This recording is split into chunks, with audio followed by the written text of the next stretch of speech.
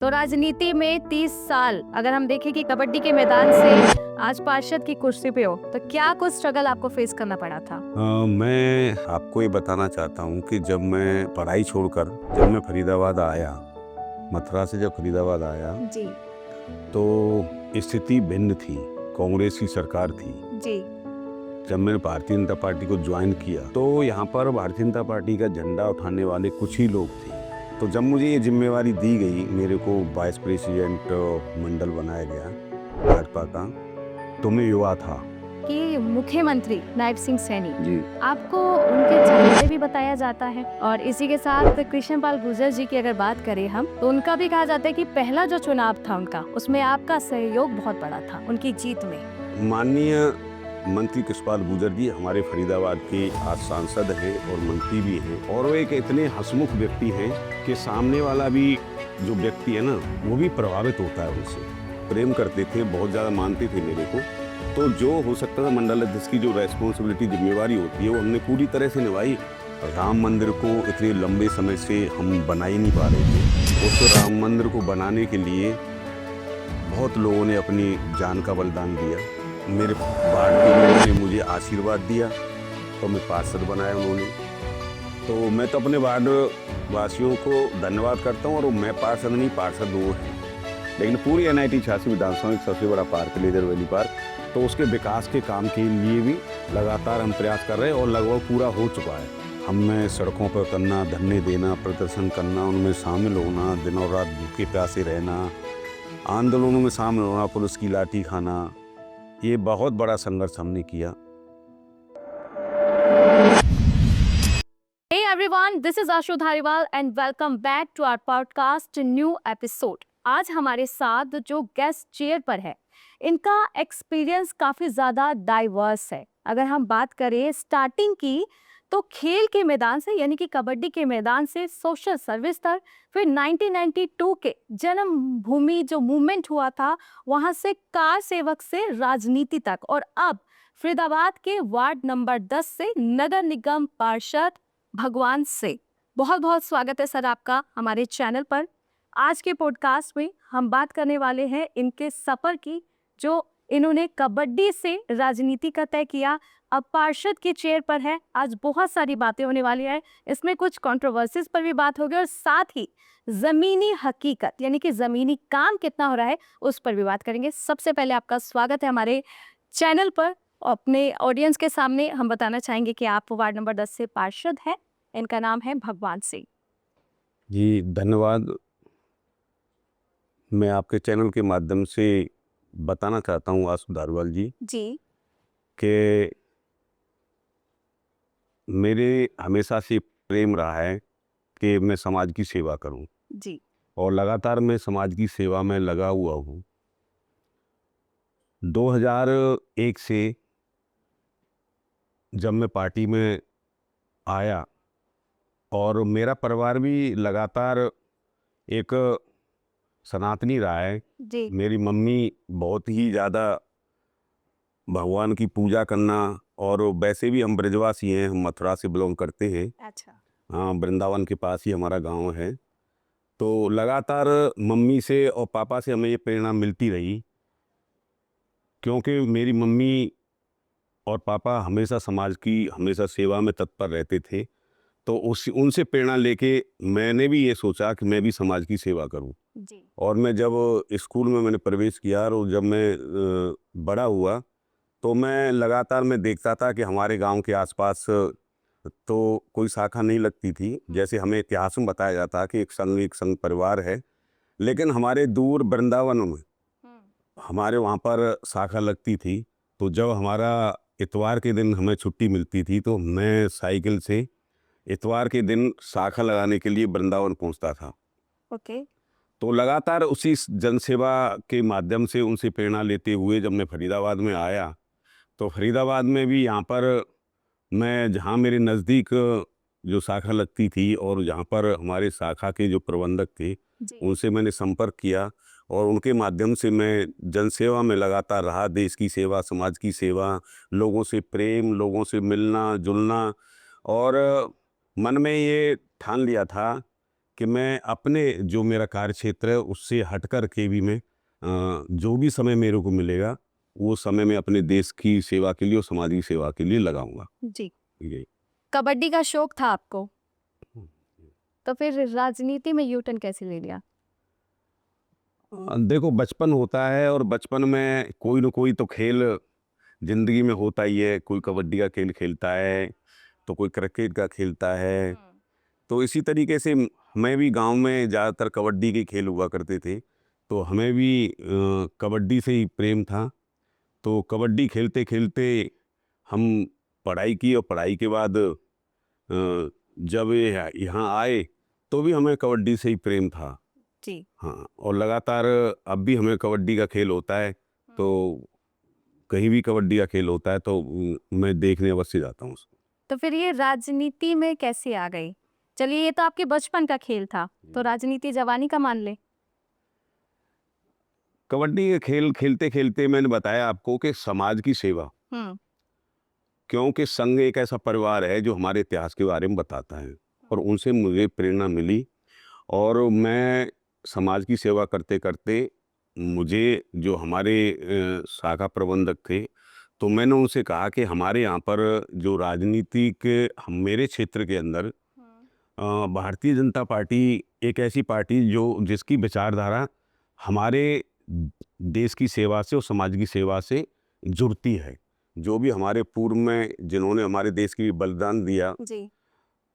उनसे प्रेरणा लेके कि जब ये लोग इतना बड़ा काम कर सकते हैं, जब हमारा देश गुलाम था उस कठिन समय में इन लोगों ने अपना बलिदान किया और देश के लिए सेवा की है, तो हमने भी ये प्रेरणा ली कि हम भी किसी न किसी रूप में देश की सेवा करें। तो भारतीय जनता पार्टी एक माध्यम ऐसा था कि जिनके माध्यम से हम जनसेवा कर सकते थे। तो मैंने पार्टी को ज्वाइन किया 96 से। तो मैं लगातार पार्टी के संपर्क में था, काम कर रहा था, बूथों पे काम कर रहा था, लेकिन 2001 में मंडल उपाध्यक्ष के रूप में मैंने पार्टी को ज्वाइन किया। जी। सबसे पहले तो मैं कंफर्टेबल होना चाहती हूँ, आप पार्षद हैं, तो आप बताइए कि आपको क्या कहा जाए, पार्षद जी या भगवान सिंह, नेताजी? वैसे आम जनता से आप क्या सुनना ज़्यादा पसंद करते हैं? जनता आपको क्या कह के बुलाती है? जैसे आपने बोला कि मुझे जनता पार्षद के रूप में कहे तो मुझे अच्छा लगे या नेताजी के दीजिए। देखो, न तो मैं नेता हूँ, ओके। मैं एक जनसेवक हूँ जी। और ये मेरा परिवार है। ठीक है। मेरा ये वर्तमान में जिलाध्यक्ष ओबीसी मोर्चा फरीदाबाद से हूँ, उससे पूर्व में भी जिलाध्यक्ष ओबीसी मोर्चा का रहा हूँ और लगातार मैं पूरे जिले का प्रतिनिधित्व एक ओबीसी समाज के नाते मैंने किया है कि ओबीसी समाज का मैं हूँ और ओबीसी समाज का मैं जिलाध्यक्ष हूँ। जी। और मेरा एक ही मकसद था कि हमारे माननीय नायब सिंह सैनी जी जो आज हमारे प्रदेश के मुखिया हैं, जी। जी। तो मुख्यमंत्री साहब उससे पहले national vice president of OBC मोर्चा रहे, तो उनके सानिध्य में हमने काम किया और उनसे हमने बहुत कुछ सीखा है। वो एक हंसमुख और देश प्रेमी और समाज प्रेमी हैं। उनसे लगातार उनके साथ हम काम करते करते हमने भी ये सोचा कि हमारे फरीदाबाद ज़िले के अंदर बहुत सारे ऐसे क्षेत्र हैं जहाँ पर उन लोगों तक आज तक कोई भी राजनीतिक लोग पहुँचे ही नहीं, और अगर कोई पहुंचा तो उनको सिर्फ एक वोट के लिए उनका इस्तेमाल किया गया। लेकिन हमारी एक भारतीय जनता पार्टी एक ऐसी पार्टी है कि समाज की अंतिम पंक्ति में बैठी हुए व्यक्ति को समाज की मुख्य धारा से कैसे जोड़ा जाए, ये हमने माननीय हमारे नायब सिंह सैनी जी और हमारे फरीदाबाद के मुखिया माननीय कृष्णपाल गुर्जर जी से हमने सीखा है कि माननीय कृष्णपाल गुर्जर जी हमारे ओबीसी समाज से आते हैं और वो हमारे एक पिता के समान हैं, हमारे बड़े भाई मानो या पिता तुल्य मानो। चलिए, आप ही के बात से एक सवाल सामने आ रहा है कि आपने कहा कि मुख्यमंत्री नायब सिंह सैनी, जी। आपको उनके चहेते भी बताया जाता है, कहा जाता है कि आप उनके काफ़ी करीबी भी हैं। और इसी के साथ कृष्णपाल गुर्जर जी की अगर बात करें हम, तो उनका भी कहा जाता है कि पहला जो चुनाव था उनका, उसमें आपका सहयोग बहुत बड़ा था उनकी जीत में। देखो, लंबे समय से मैंने आपको बताया कि मैं संगठन का काम करता हूँ और जब संगठन का काम करते हैं तो व्यक्ति एक दूसरे से जुड़ता है, संगठन ही इसका नाम है। जी। और माननीय मंत्री कृष्णपाल गुर्जर जी हमारे फरीदाबाद के आज सांसद हैं और मंत्री भी हैं, और वो एक इतने हंसमुख व्यक्ति हैं कि सामने वाला भी जो व्यक्ति है ना, तो वो भी प्रभावित होता है उनसे। और उनकी एक खास पहचान है कि वो एक बार वो व्यक्ति को देख लेते हैं तो वो उनको नाम से जानते हैं, अच्छा। और नाम से जानकर उसको नाम से ही बुलाते हैं। जी। और 2014 में जब उन्होंने पहला चुनाव लड़ा था तो उस टाइम में मंडल अध्यक्ष हुआ करता था, जी। और सारी जिम्मेवारी एक मंडल, हमारे यहाँ एक मूल इकाई हुआ करती है कि मंडल से ही सब कुछ शुरू होता है। तो मेरे से बहुत वो प्रेम करते थे, बहुत ज़्यादा मानते थे मेरे को। तो जो हो सकता था मंडल अध्यक्ष की जो रेस्पॉन्सिबिलिटी जिम्मेवारी होती है वो हमने पूरी तरह से निभाई, और हमने ये कसम खाई थी कि हम माननीय कृष्णपाल गुर्जर जी को यहाँ से सांसद बना के भेजेंगे ही फरीदाबाद से। जी। तो सभी कार्यकर्ताओं ने काम किया उसमें, और उस टाइम जिलाध्यक्ष अजय गौड़ जी हुआ करते थे, तो उनके सानिध्य में हमने सभी ने मिलकर के उनको सांसद बना के भेजा। तो केंद्र में मंत्री बने, और आज फरीदाबाद का जो नाम देश और प्रदेश में है वो माननीय कृष्णपाल गुर्जर जी के नाम से फरीदाबाद की पहचान बनी। जी। सीएम सैनी की बात करें तो आप उन्हें इस पद से पहले से जानते हैं, तो तब के सीएम सैनी और अब वाले सीएम सैनी में क्या बदलाव आए हैं? नायब सिंह सैनी जी का व्यक्तित्व बहुत बड़ा है। वो बहुत ही खुश दिल है, क्योंकि उन्होंने नेशनल एक राष्ट्रीय वाइस प्रेसिडेंट से लेकर के उन्होंने एक बूथ स्तर से काम किया है। उनको सब कुछ पहचान है व्यक्ति की, उनको हर व्यक्ति की पहचान है, और क्षेत्र में काम कैसे करना है, सारे लोगों को साथ कैसे लेके चलना है। तो जब वो एक संगठन के नाते काम कर रहे थे, जी। वो एक वाइस प्रेसिडेंट, नेशनल और वाइस प्रेसिडेंट थे। उसके बाद वो प्रदेश के प्रेसिडेंट बने भाजपा। उसके बाद आज वो हरियाणा के मुख्यमंत्री हैं। उनमें कोई भी बदलाव नहीं है, वो जैसे पहले थे वैसे ही आज हैं। आज भी पूरे हरियाणा के अंदर घूमते रहते पूरे। मैं तो ये कहना चाहूँगा आपके चैनल के माध्यम से कि ऐसे मुख्यमंत्री हमें पहली बार मिले हैं। जिस तरीके से हमारे नरेंद्र मोदी जी 18 घंटे काम करते हैं, जी। जिस तरह से हमारे योगी जी 18 घंटे काम करते हैं, और हमारे नायब सिंह सैनी जी तो मैं कहता हूँ कि 19 घंटे काम करते हैं, लगातार काम करते हैं और जनता के बीच में रहते हैं। मैं कई बार उनसे मिलता हूँ जाके, तो 11-12 बजे कई बार मिला हूँ, तो मैं देखता हूँ कि किसी न किसी क्षेत्र से वो दौरा करके आ रहे होते हैं। तो ऐसे मुख्यमंत्री जी का मैं धन्यवाद करता हूँ, और मुझे तो उनसे बहुत लगाव है, उनको भी मेरे से बहुत लगाव है कि मैं ओबीसी समाज से आता हूँ, और वो भी ओबीसी समाज से आते। पहली बार हमारी पार्टी ने कि ओबीसी समाज से एक मुख्यमंत्री दिया। मैं भारतीय जनता पार्टी का भी धन्यवाद करता हूँ, और हमारे माननीय कृष्णपाल गुर्जर जी का भी धन्यवाद करता हूँ कि उन्होंने मुझे यहाँ जिले का ओबीसी मोर्चा से जिलाध्यक्ष बनाया। जी। हाँ, तो मेरे 2 जिलाध्यक्ष, उससे पहले 3 जिलाध्यक्ष हमारे रह चुके, गोपाल शर्मा जी और अजय गौड़ जी, उसके बाद राजकुमार बोरा जी, इनके नेतृत्व में मैंने काम किया है। और पार्टी को जो भी हो सकती थी मैं पार्टी की सेवा में लगातार लगा रहा, और पार्टी ने मुझे जब ये देखा कि एक अच्छा, और इतने लंबे समय से मैं इतना पुराना कार्य करता हूँ, लंबे समय जो जिम्मेवारी मुझे दी, मैंने पीछे मुड़ के नहीं देखा, अपनी जिम्मेवारी के साथ मैंने अपना काम किया। और आज उसी के चलते आज मुझे पार्टी ने, उससे पहले 2017 में मैंने अपनी बेटी के लिए टिकट मांग रहा था, जब वार्ड नंबर 8 हुआ करता था, लेकिन उसके बाद मेरी बेटी को टिकट नहीं मिला किसी कारणवश। लेकिन हमें ऐसा नहीं कि हमें टिकट नहीं मिला तो हम काम नहीं करेंगे, कोई कभी परिवार बड़ा होना चाहिए, परिवार बड़ा। अब पार्टी ने हमें सोचा, तो अब 2025 में मुझे वार्ड नंबर 10 से टिकट दिया, और लगातार मैं अपने परिवार के बीच में रह के वार्ड वासियों के वार्ड में रहकर काम कर रहा हूँ, और सभी का प्यार मिल रहा है। और हमने जो चुनाव में वायदे किए थे, हमारे विधायक सतीश फागना जी वहाँ से विधायक हैं NIT 86 विधानसभा से, तो उनके सानिध्य में लगातार हम काम कर रहे हैं, और विकास काम रफ्तार से चला हुआ है। हमारा एक 100 मीटर का मुद्दा लंबा समय से चला हुआ रहा था यहाँ, लगभग उस 100 मीटर के मुद्दे को लेकर बहुत लोगों ने वहाँ राजनीति की, लेकिन हमने जो वायदे किए थे, हमारे माननीय कृष्णपाल गुर्जर जी ने भी, जब हम 2014 से पहले हमारी सरकार नहीं थी, जी उससे पहले भी लगातार हमसे लोग संपर्क में थे। और माननीय कृष्णपाल गुर्जर ने उनको आश्वासन भी दिया, वो लगातार वो केंद्र सरकार से उन्होंने गुजारिश भी की कि 100 मीटर में जो क्षेत्र आता है, जी तो उसको वहाँ से जो प्रतिबंधित क्षेत्र है, तो उस प्रतिबंध को हटाया जाए। तो लगातार प्रयास किया। 2014 माननीय कृष्णपाल गुर्जर जी यहाँ के सांसद और मंत्री बने। उसके बाद हमारे पहली बार वहाँ से NIT 86 विधानसभा से विधायक सतीश फागना जी चुने गए, और वहाँ से 9 की 9 पार्षद हमारे भारतीय जनता पार्टी से चुने गए।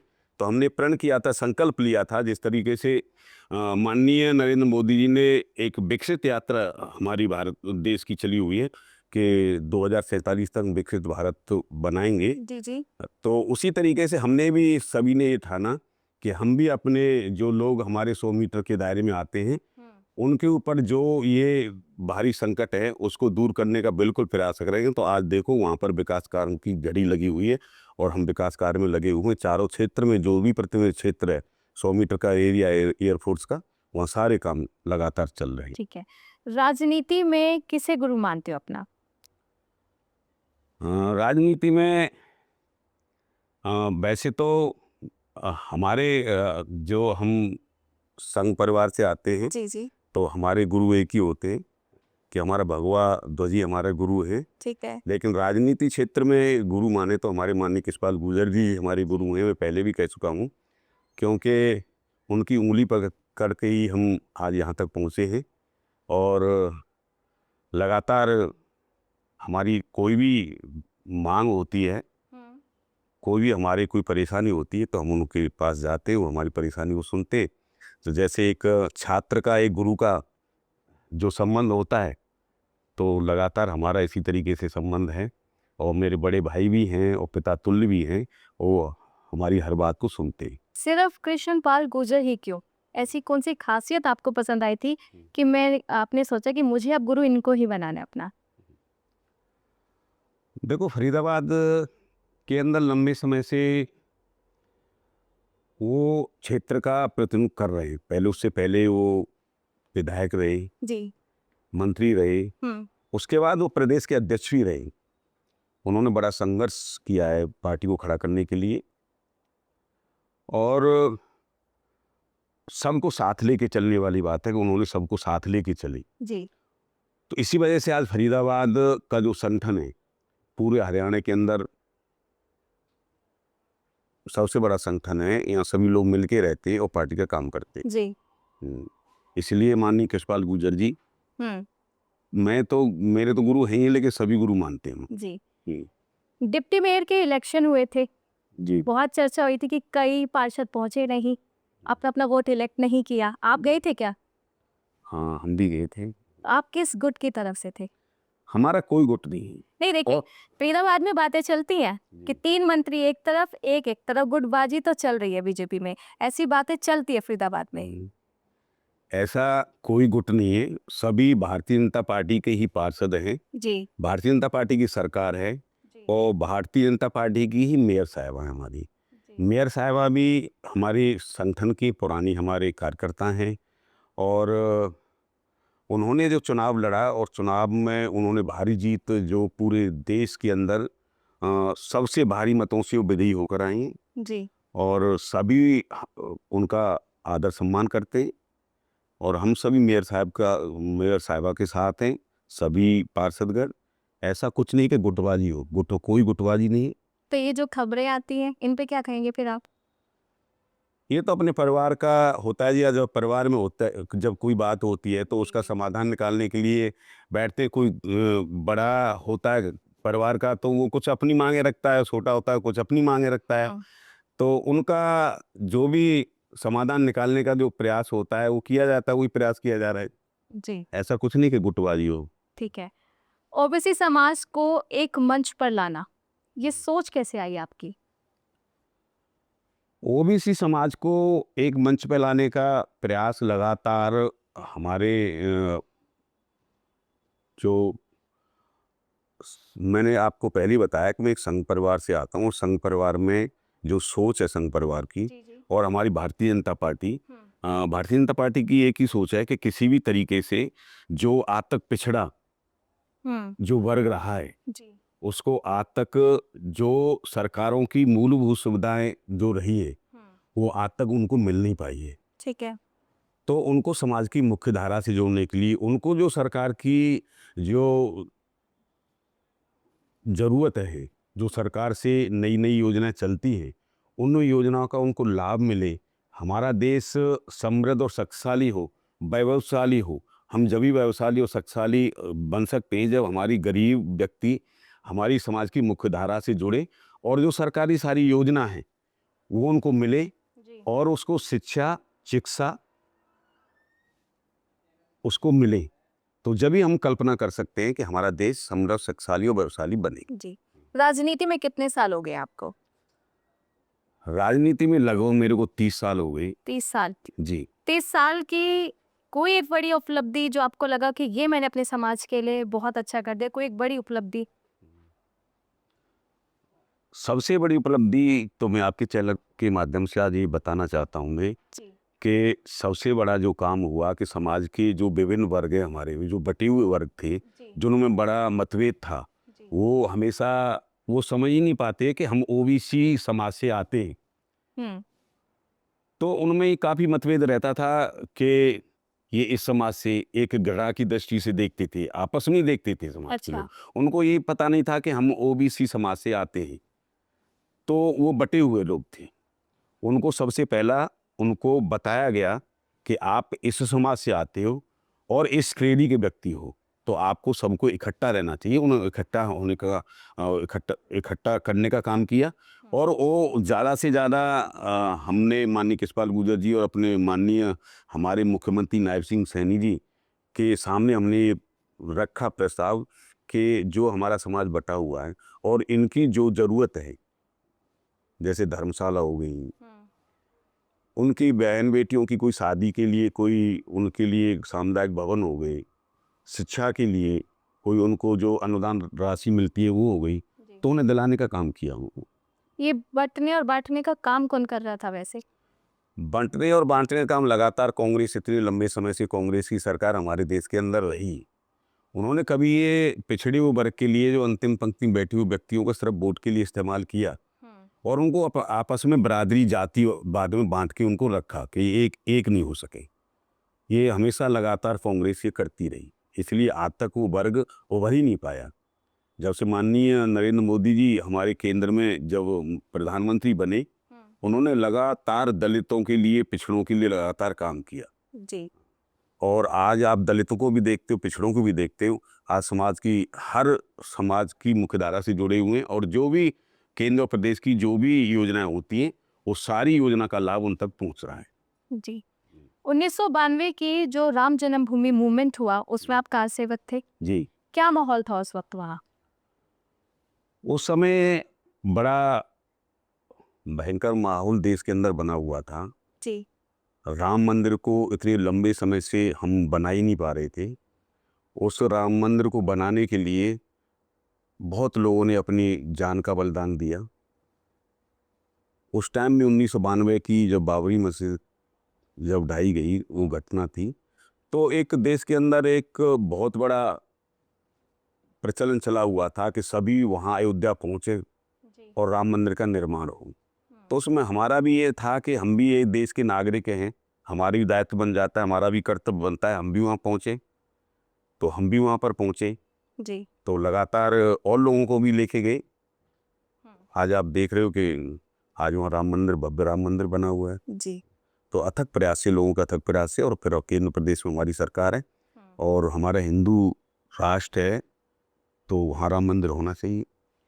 लेकिन इस पर भी डिबेट होती है सोशल मीडिया पर। कुछ लोग इसे आस्था का प्रतीक मानते हैं, लेकिन है कुछ एक लोग जो है वो कहते हैं कि ये एक डिबेट है, मतलब इस डिसीजन को सही नहीं समझते, इसे कंट्रोवर्शियल कहा जाता है। जी। तो आप इस डिबेट को कैसे देखते हो? हमारा देश है, हमारी आस्था है जी। और आप सभी लोग लगभग रामचरितमानस सभी लोग पढ़ते हैं जी। और हमारे समय समय पर सांस्कृतिक कार्यक्रम के माध्यम से और हमारी रामलीलाएं भी होती हैं। उसमें सारी चीज़ें दिखाई जाती हैं, क्योंकि सारी चीज़ें इसलिए दिखाई जाती हैं कि हमारे बच्चों को भी अपने इतिहास के बारे में पता हो कि हमारे राम कौन थे, जी। उनका जन्म कहाँ हुआ था। तो राम का जन्म अयोध्या में हुआ था। जब अयोध्या में राम का जन्म हुआ तो वहाँ राम मंदिर होना चाहिए। पहले राम मंदिर था तो राम मंदिर होना चाहिए। राम मंदिर तोड़ के वहाँ बाबरी मस्जिद बनाई गई, तो बाबरी मस्जिद बनाई गई तो बाबरी मस्जिद को हटाकर मंदिर बनना चाहिए। तो इसमें तो जो लोग डिबेट करते हैं वो गलत हैं। राम मंदिर था वहाँ पर, और राम मंदिर अब है, और राम मंदिर हमेशा रहेगा। इस पूरे मुद्दे पर आप एक क्या मैसेज देना चाहोगे समाज को, राम मंदिर पर? राम मंदिर को तो मैं पूरे समाज को, क्या पूरे देश को ये मैसेज देना चाहता हूँ आपके चैनल के माध्यम से कि माननीय नरेंद्र मोदी जी और योगी जी ने आज हमारा एक इतिहास रचा है देश के लिए, कि जो एक वहाँ पर भव्य मंदिर का निर्माण किया है। हमारे देश के पूरे हिंदुओं को एक गर्व है कि इतने लंबे समय से 500 वर्षों से 5000 वर्षों से जो लोग ये तपस्या कर रहे थे, इतने बड़ा बलिदान लोगों ने दिया इस मंदिर को बनाने के लिए। आज वहाँ मंदिर बना, सब लोगों की आस्था थी जी। और सभी लोग खुश हैं। तो मैं तो सभी अपने देश के सभी राम प्रेमियों से उनको धन्यवाद देना चाहूँगा कि इतनी बड़ी भीड़, इतनी बड़े लोग वहाँ आस्था के साथ राम मंदिर पे दर्शन करने के लिए जा रहे हैं। तो ये बहुत लंबे समय से हम सबकी मनोकामना पूर्ण हुई है। तो मैं माननीय नरेंद्र मोदी जी को भी, योगी जी को भी, पूरी अपनी भारतीय जनता पार्टी को धन्यवाद करना चाहता हूँ। जी। हाँ, इससे बड़ी हमारे लिए और क्या खुशी हो सकती है। अब हम थोड़ा सा आपके काम पर बात करते हैं, क्योंकि आपके वार्ड के लोग भी देख रहे होंगे और वो भी अपने मुद्दों का वेट कर रहे होंगे कि उन पर बात कब होगी। आपके वार्ड में काम कैसा चल रहा है? मेरे वार्ड के अंदर लगभग अब मेरा 1 साल पूरा कल होने वाला है। जी। मैं अपने पहले तो आपके चैनल के माध्यम से अपने वार्ड के परिवारवासियों को बहुत बहुत बधाई देता हूँ, उनको शुभकामनाएं देता हूँ। भगवान उसको खुश रखे, स्वस्थ रखे, और जिस तरीके से उन्होंने मेरा साथ दिया अपना परिवार का सदस्य मानकर, क्योंकि मैं उनके बीच में रह के लंबे समय से मैं अपने वार्डवासियों के साथ में, अपने परिवारवासियों के साथ में लंबे समय से मैं उनके साथ रहा हूँ। जी। मुझे एक-एक परिवार का एक-एक घर के बारे में पता है। किसी न किसी संगठन के माध्यम से मैं किसी न किसी दरवाजे तक मैंने दस्तक दी है, जी। और उनको पता है कि भगवान सिंह एक सामाजिक व्यक्ति भी है, आध्यात्म की है, और एक सनातनी भी है। तो मैं समाज के हर वर्ग के साथ रहता हूँ। मेरे लिए सब बराबर हैं, मेरे सब परिवार के लोग हैं। तो मैं संगठन के माध्यम से भी मैं लोगों के बीच में रहकर काम किया। अब मुझे मेरे वार्ड के लोगों ने मुझे आशीर्वाद दिया, तो मैं पार्षद बनाया उन्होंने। तो मैं तो अपने वार्ड वासियों को धन्यवाद करता हूँ, और मैं पार्षद नहीं, पार्षद वो हैं। मैं तो एक उनका सेवक हूँ। और मैंने तो उनसे, जब मेरा चुनाव था, जब भी मैंने कहा था कि मैं आपका सेवक हूँ, मेरे घर के दरवाजे रात के 12 बजे तक खुले, 24 घंटे खुले, और मैं आपके बीच में रहता हूँ। मैं कहीं किसी सेक्टर में नहीं रहता जाके, मैं 24 घंटे आपके बीच में उपलब्ध रहता हूँ। जब भी आपकी कोई परेशानी हो तो आप मुझे बताएंगे तो अवश्य उसका समाधान भी होगा। जी। और अब आप विकास के काम की बात करते हैं तो हमारे विधायक सतीश फागना जी जी। हमारे विधायक हैं वहाँ से, और माननीय केंद्रीय मंत्री कृष्णपाल गुर्जर जी, और हमारे मुखिया हरियाणा प्रदेश नायब सिंह सैनी जी, उनके सौजन्य से लगातार विकास कार्य वार्ड के अंदर चले हुए, 9 वार्डों में चले हुए, मेरे वार्ड के अंदर भी लगातार काम चल रहे हैं। और हमारा एक ही संकल्प है कि हम अपने वार्ड को कितना अच्छा बनाएं। जी। जो लोगों की मूलभूत सुविधाएं उनको होनी चाहिए, वो उनको हम कैसे उपलब्ध कराएं। क्यों लंबे समय से लोगों की ज़रूरत थी, वहाँ नीड थी लोगों की, कि वहाँ काम नहीं हो पाई थी। क्यों कई बार ऐसी दिक्कतें रहीं कि काउंसलर हमारा था वहाँ पर, लेकिन हमारे विधायक नहीं थे।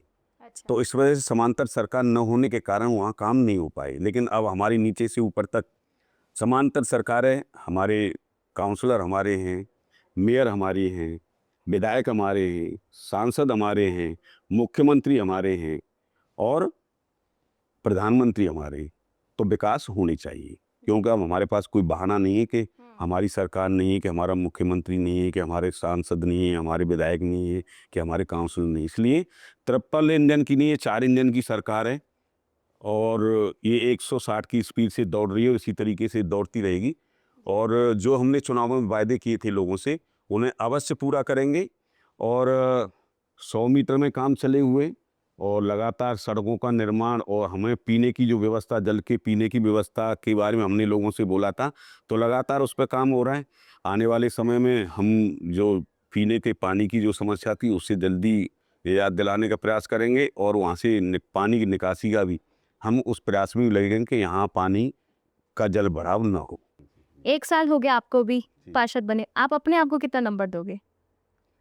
अभी मैं तो नंबर दे नहीं सकता, क्योंकि अभी तो फिर मेरे भी 1 साल में काफी काम किए होंगे आपने, या सोच रहे होंगे, उस हिसाब से बताओ। हाँ, सोच रहे हैं, लगातार उसको काम करने का लगातार भरसक प्रयास कर रहे हैं पूरा हो। और बहुत सारे काम पूरे भी हुए हैं, लगातार पूरे भी हुए हैं जी। और कुछ काम जल्दी पूरे होने वाले भी हैं। तो मैं तो अपने कामों के 100% 100 में 100% देने का प्रयास करूंगा। जी। और जब तक हम 100 में 100% नंबर नहीं देंगे, तो हमारे अंदर भी एक भावना पैदा नहीं होगी और लोगों में भी ये भावना नहीं जागेगी कि भाई हमारा पार्षद हमारे बीच में रह के वायदे करता है और झूठे वायदे करता है।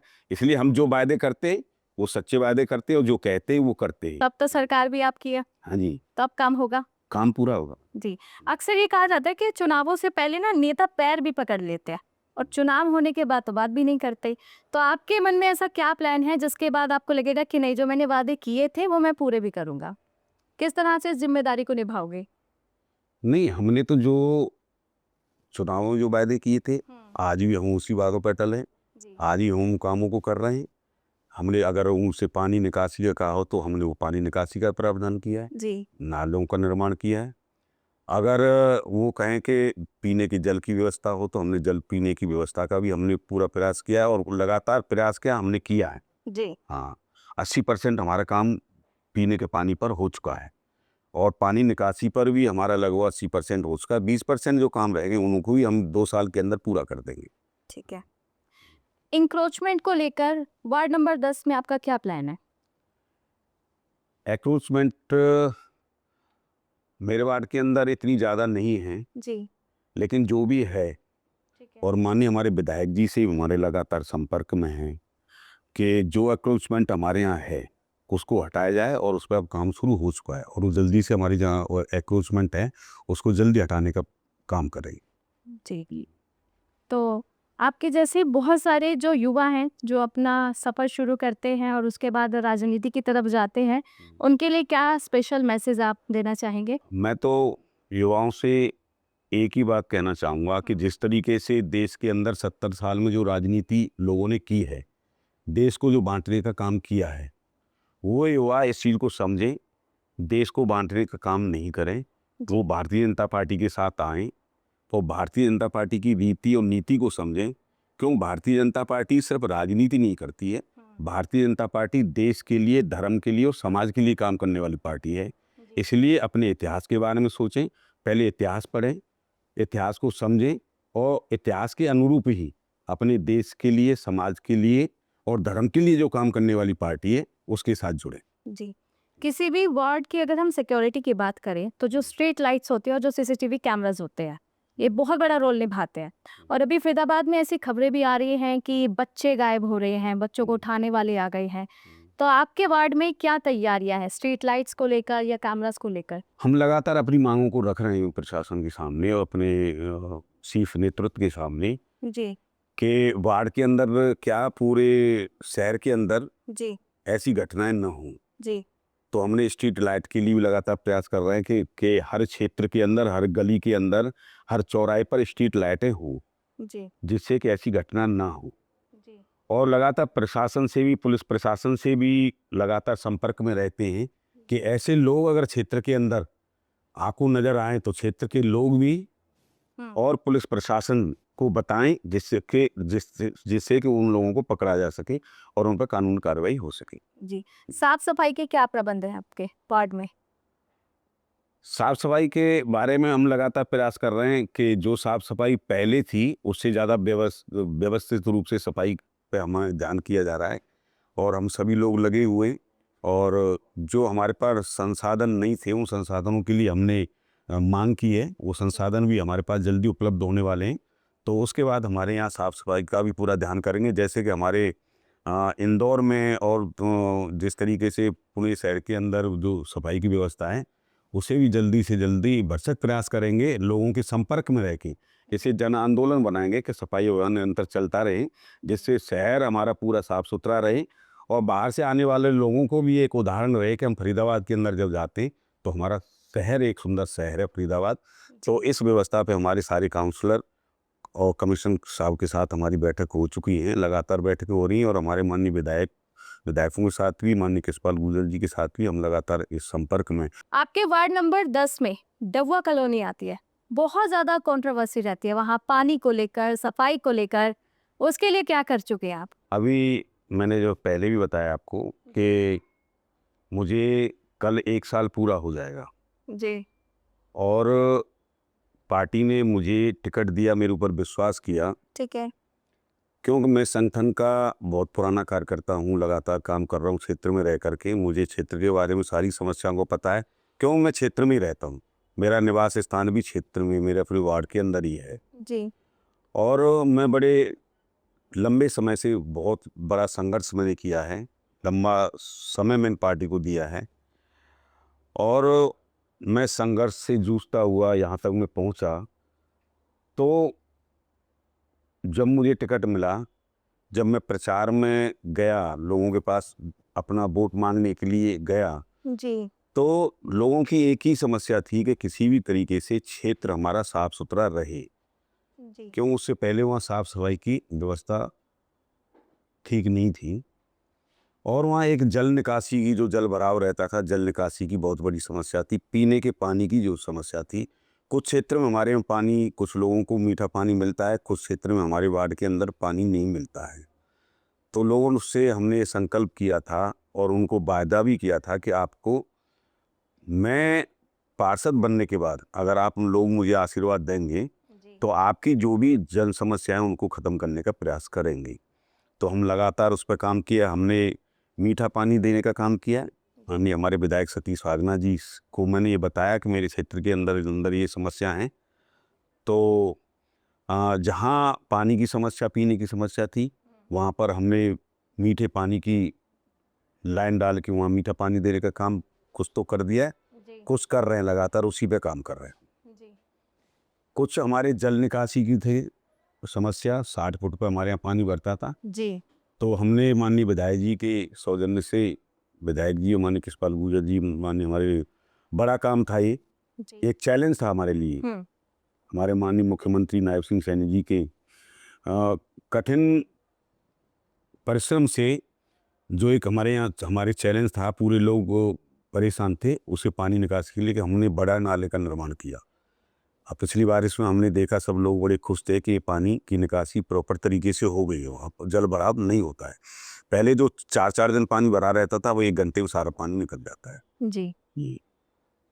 आप कह रहे हैं कि आपको 1 साल हो गया है कि आपके इस क्षेत्र में, वार्ड में काम करते हुए, तो 1 साल में क्या-क्या काम किया और अब आने वाले सालों का क्या प्लान है आपका? हमने, अभी मैंने बताया कि पानी पीने की जो समस्या थी, तो हम नई लाइनें डाल के पानी, मीठा पानी देने का काम कर रहे हैं। जी। जहाँ सीवर टूटे फूटे थे, जहाँ सीवर नहीं थे, वहाँ पर नया सीवर डालने का काम कर रहे हैं। जी। 100 मीटर में हमने, जहाँ पर सड़क भी नहीं थी, पानी भी नहीं था, पानी तो था लेकिन पूरा मीठा पानी नहीं था, जहाँ सीवर भी नहीं था, वो सीवर, मीठा पानी और सड़क पे काम हमारा चला हुआ है, लगातार चल रहा है। और जहाँ पर हमारे पानी निकासी का था, कुछ क्षेत्र में पानी निकासी का 60 फुट का, जैसे मैं बताया, वहाँ हो गया है। और दूसरी तरफ भी हमारा जैन मंदिर से लेके, भागना चौक से जैन मंदिर से लेकर, अभी हमने एक 2 करोड़ की लागत से अभी हमने और विधायक जी ने अभी उद्घाटन किया उसका भी काम शुरू हो जाएगा और 2-3 महीने के अंदर भी वो भी काम पूरा हो जाए, जिसके लिए वहाँ जल भराव होता था, वो समस्या भी वहाँ हमेशा के लिए खत्म हो जाएगी। दूसरा, हमारे यहाँ सबसे बड़ी समस्या थी कि हमारे यहाँ जो नालियाँ थी, जो हमारे यहाँ छोटी-छोटी गलियाँ हैं जी। और छोटी-छोटी गलियों में नालियाँ हैं, उन नालियों से गंदगी रहती थी। तो हमने उन नालियों को सीवर में देने का काम किया है, नाली बंद करने का काम किया है, जिससे कि वहाँ साफ-सुथरा माहौल रहे और वहाँ गंदगी न रहे। ये हमारी पहली प्राथमिकता है। जहाँ लोगों ने रोड के ऊपर एंक्रोचमेंट कर रखी थी, गलियों में एंक्रोचमेंट कर रखी थी, लोगों ने कब्जा कर रखा था, चबूतरे बना रखे थे, जी। वो हमने उनको तोड़ने का काम किया है। हम सब के तोड़ के एक रोड को चौड़ा करके साफ-सुथरा वातावरण देने का हमारी सरकार ये प्रयास कर रही है। जी। और उसके बाद हमारे एक प्याली चौक से लेके 3 नंबर पुलिया तक काफ़ी एंक्रोचमेंट था, उसे हटवा दिया गया है। कल हमारा काम ये हुआ, कल हटवा दिया गया है। उसके बाद वहाँ काफ़ी गंदगी थी, तो हमारे माननीय विधायक को हमारे कमिश्नर साहब का दौरा हुआ, तो विधायक जी को हमने बताया कि भाई इस तरीके से यहाँ गंदगी है। जब हमारे 2 ये पॉइंट है, एंट्री गेट हैं यहाँ पर हमारे वार्ड 10 के लिए, जी। तो ये गंदगी जब तक ख़त्म नहीं होगी, जब तक हमारा अंदर विकास का कोई फ़ायदा नहीं है। इसलिए ग्रीन बेल्ट बनाने का भी वहाँ काम कर रहे हैं वहाँ पर। और हमारा लेजर वैली पार्क है, एक बहुत बड़ा पार्क है, जो कि मेरे वार्ड में आता है वो। उसे 2 वार्ड लगते हैं, 10 और 11, लेकिन पूरी NIT 86 विधानसभा में एक सबसे बड़ा पार्क है लेजर वैली पार्क। तो उसके विकास के काम के लिए भी लगातार हम प्रयास कर रहे हैं और लगभग पूरा हो चुका है। अब 2-4 महीने में वो लेजर वैली भी एक सुंदर लेजर वैली पार्क बन जाएगा, जिसमें लोग सुबह से शाम तक घूमने का, बैठने का, हमारे बहनें, बेटियाँ, बच्चे जब आते हैं तो उनको एक अच्छा वातावरण वहाँ पर मिले। और एक हमारा वहाँ कूड़े का जी। एक पॉइंट है जहाँ पर कचरा घर बना हुआ है। तो वो कचरा घर लंबे समय से 2014 से पहले वहाँ पर जब कांग्रेस की सरकार हुआ करती थी, जब ऊपर वो लेजर वैली के साथ में वो कूड़ा घर बनाया गया है। तो वो कूड़े घर से बहुत ही बदबू और गंदगी रहती है। तो लगातार हमारे विधायक जी लगातार प्रयास कर रहे हैं कि उस कचरे का निस्तारण किया जाए, वहाँ से हटाया जाए। ये हमारे पूरे वार्ड की नहीं, पूरी वार्ड वासियों की ये मांग है। तो मैं उनके साथ हूँ और ये होना चाहिए कि वहाँ से गंदगी हटनी चाहिए। एक आखिरी सवाल आपसे करना चाहूंगी। आपने कहा कि राजनीति में आपको 30 साल हो गए हैं। जी। बैकग्राउंड आपने बताया कि राजनीति से है नहीं, जी। एक किसान घर से हो आप। तो क्या स्ट्रगल फेस करना पड़ा था वहाँ, मतलब एक कबड्डी के मैदान से आज यहाँ पे पार्षद की कुर्सी तक आने में? मुझे तो ऐसा लगा ही नहीं कि मैं राजनीति कर रहा हूँ या जी। मैं कोई एक परिवार से आता हूँ। मैं सामान्य परिवार है, मैं एक किसान परिवार से हूँ और मेरा परिवार भी सामान्य परिवार है। मेरा भाई है, मेरे साथ हमेशा रहता है जी। और हम संयुक्त परिवार है हमारा। मेरा बच्चे हैं मेरे जी। और बेटी की शादी कर दी है, तो हम इकट्ठे रहते हैं। भाई मेरे साथ हमेशा, जगदीश प्रसाद जी उनका नाम है, तो हमेशा मेरे कंधे से कंधा मिला के चलते हैं। मेरा बेटा शशांक और सत्यम और बड़ा बेटा मेरा पंकज है। तो लगातार हम सबका ये प्रयास रहता है, क्योंकि हम एक सनातनी परिवार से हैं। सभी जब मैं कार्य क्षेत्र में काम करता हूँ तो सबको बहुत अच्छा लगता है, सब मेरा साथ देते हैं। मेरा छोटा भाई लगातार मेरे साथ रहता है, छोटा मेरा बेटा है, ये भी मेरे साथ रहता है राजनीति में। तो मैं राजनीति परिवार तो नहीं, लेकिन मुझे लगा नहीं कि मैं राजनीति में रहता हूँ, क्योंकि मैं हमेशा समाज की सेवा करता आया हूँ। इसलिए मुझे राजनीति में और समाज की सेवा करने में कोई फ़र्क नज़र नहीं तो आता है कभी और स्ट्रगल मैं राजनीति करता ही नहीं। मैं कोई नेता नहीं, मैंने पहले कहा कि मैं तो एक सेवक हूँ, जनता का सेवक हूँ, वो सेवक के रूप में मैं काम कर रहा हूँ। तो कभी आपको लगा नहीं कि मैं एक आउटसाइडर हूँ? क्योंकि इंडस्ट्री कोई भी हो, फील्ड कोई भी हो, कहीं ना कहीं जो बाहरी इंसान जब कदम रखता है तो उसे बहुत सारी चीजें फेस करनी पड़ जाती है। तो कभी आपको स्ट्रगल लगा? मैं आपको पहले ही बताया है, मैं अभी आपको बता रहा हूँ, क्योंकि हम इस देश के ही वासी हैं और हमें ऐसा कुछ भी नहीं लगा कि मैं कहीं बाहर से आया हूँ। और मैं बाहर से हूँ भी नहीं, मेरा क्षेत्र भी नज़दीकी क्षेत्र है और मैं यहीं का रहने वाला हूँ। कोई ये नहीं है कि यहाँ हरियाणा और यूपी का ये बॉर्डर है। और जो भारतीय जनता पार्टी की जो विचारधारा है वो देश के और समाज के लिए है। जी। मुझे सभी लोगों ने सहयोग दिया है, साथ दिया है और हमेशा देते रहते हैं। मैं उन सभी लोगों का धन्यवाद करता हूँ और सभी मैं अपने वार्डवासियों से फिर भी आपके चैनल के माध्यम से कहना चाहता हूँ कि वार्डवासियों को जितना भी हम ज़्यादा से ज़्यादा कर सकते हैं, क्योंकि उनकी एक ही चीज़ चाहते थे कि जो यहाँ से पार्षद बने, वो इसी क्षेत्र का रहने वाला हो। जी। वो इस क्षेत्र का रहने वाला होगा तो यहाँ विकास होगा। बाहर के क्षेत्र का जो व्यक्ति होगा वो यहाँ विकास कार्य नहीं हो सकता। इसलिए उन्होंने मुझे चुना। मैं उनका अपने दिल की गहराइयों से, अपने परिवार की तरफ से, अपनी पार्टी की तरफ से, अपने शीर्ष नेतृत्व की तरफ से मैं आप उन सबका, परिवारजनों का, अपने वार्डवासियों का दिल की गहराइयों से धन्यवाद करता हूँ। और मुझे 1 साल होने वाला है। कल मेरा जन्मदिन भी है, तो मैं जन्मदिन पे एक ही वार्डवासियों को ये तोहफा देना चाहता हूँ कि जो मैंने वायदे किए थे उन पे खरा उतरूँ। वो मेरे पे विश्वास जिस तरीके से किया, विश्वास रखें, मेरा साथ दें, तो जो मैंने वायदे किए वो पूरे ज़रूर होंगे। और यहाँ पर उनको अच्छा वातावरण मिलेगा। ग्रीन बेल्ट का जो मैंने बोला कि यहाँ पर एक ग्रीन बेल्ट भी एक बनाई जाएगी और लेजर वैली जो पार्क है उसका भी सौंदर्यीकरण किया जाएगा। जी पार्षद जी, 30 साल आपने बताया कि राजनीति में आपको हो गए, बैकग्राउंड भी आपने बताया कि राजनीति से है ही नहीं, किसान के बेटे हो, किसान के घर से हो। तो राजनीति में 30 साल अगर हम देखें कि कबड्डी के मैदान से आज पार्षद की कुर्सी पे हो, तो क्या कुछ स्ट्रगल आपको फेस करना पड़ा था? मैं आपको ये बताना चाहता हूँ कि जब मैं पढ़ाई छोड़कर जी। जब मैं फरीदाबाद आया, मथुरा से जब फरीदाबाद आया, जी। तो उस टाइम स्थिति भिन्न थी। कांग्रेस की सरकार थी। जी। जब मैंने भारतीय जनता पार्टी को ज्वाइन किया तो यहाँ पर भारतीय जनता पार्टी का झंडा उठाने वाले कुछ ही लोग थे। जी। तो जब मुझे ये जिम्मेवारी दी गई, मेरे को वाइस प्रेसिडेंट मंडल बनाया गया भाजपा का, तो मैं युवा था।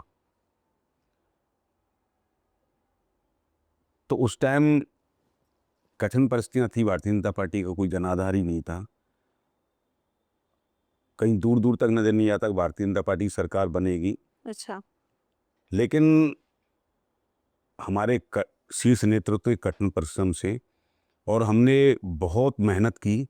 सुबह का निकलना, रात को घर में घुसना, पूरे दिन लोगों से मिलना, पूरे दिन लोगों को पार्टी के बारे में बताना, इतिहास के बारे में बताना और पूरे दिन समय देना लोगों के बीच में रह करके।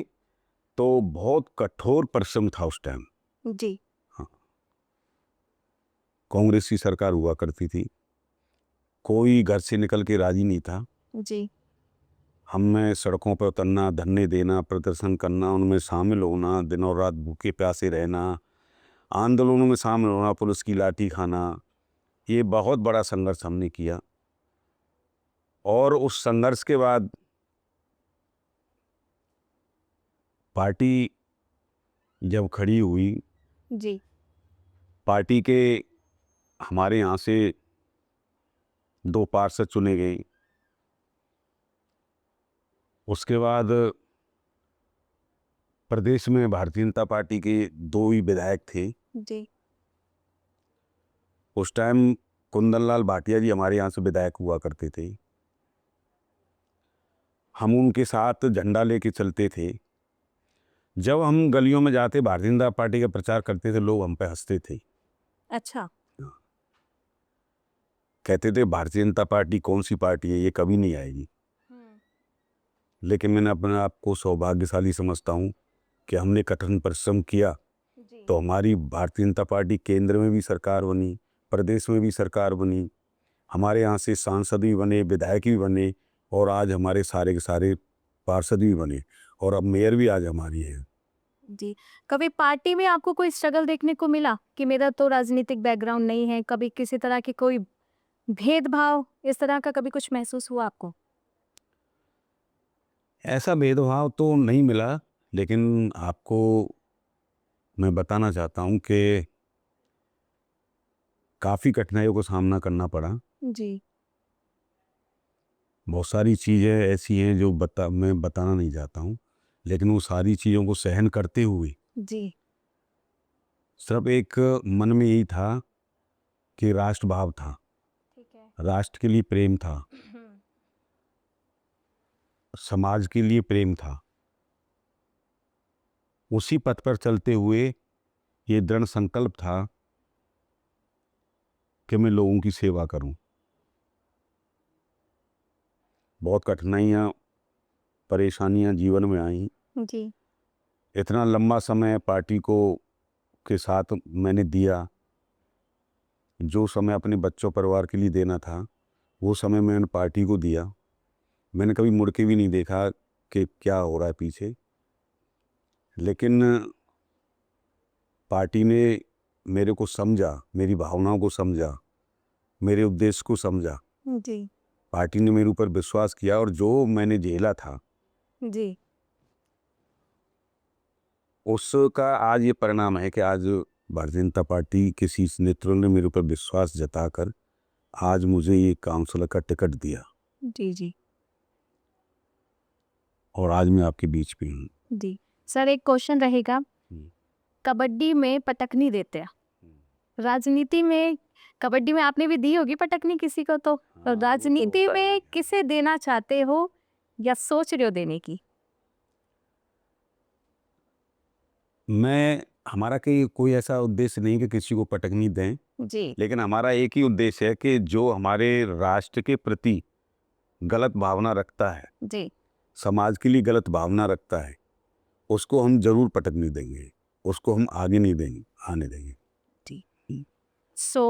दोस्तों, आज हमने बात की, हमने इनके पूरे जीवन पर बात की, हमने इनके स्ट्रगल पर बात की। इन्होंने अंत में ये भी बताया कि 30 साल के स्ट्रगल में इन्हें क्या कुछ फेस करना पड़ा, और साथ ही जो इन्होंने स्ट्रगल किया पार्टी ने उसके बदले में जो इनका हक था वो भी दिया, और इसी के साथ जो इनका बैकग्राउंड है हमने वो भी जाना। आज की पूरी बातचीत हमारी आपको कैसी लगी आप हमारे कमेंट बॉक्स में बता सकते हैं। इस वीडियो को ज़्यादा से ज़्यादा शेयर करें और लाइक करें, और फिर से मैं आशु धारीवाल आपके साथ मिलूंगी एक नए गेस्ट, नए पॉडकास्ट के साथ।